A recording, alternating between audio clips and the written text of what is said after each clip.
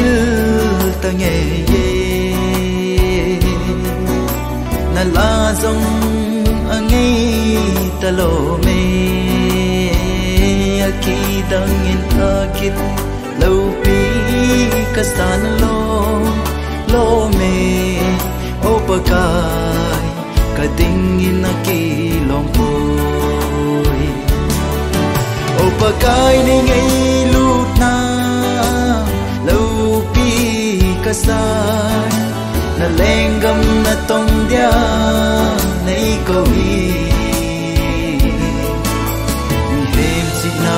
tiếp na về lâu hình na mong cha gì đê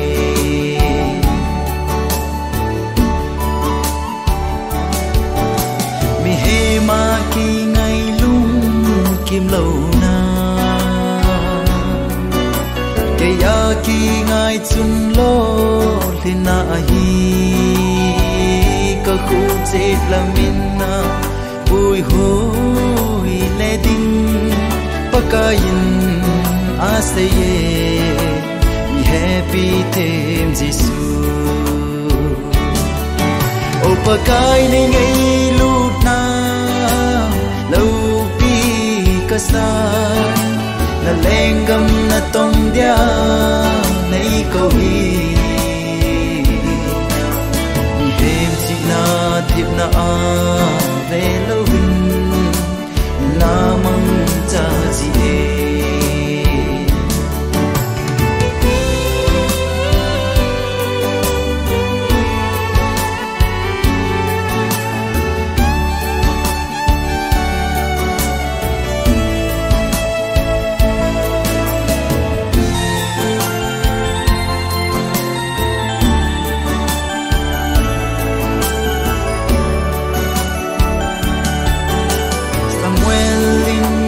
Israel cha te di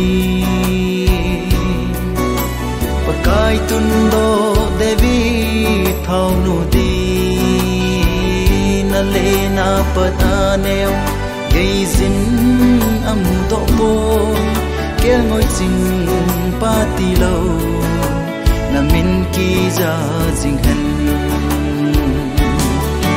o pakai ni ngai lut na kasan na lengam na tong dia nei ko hi hem si na thip na ve lo hin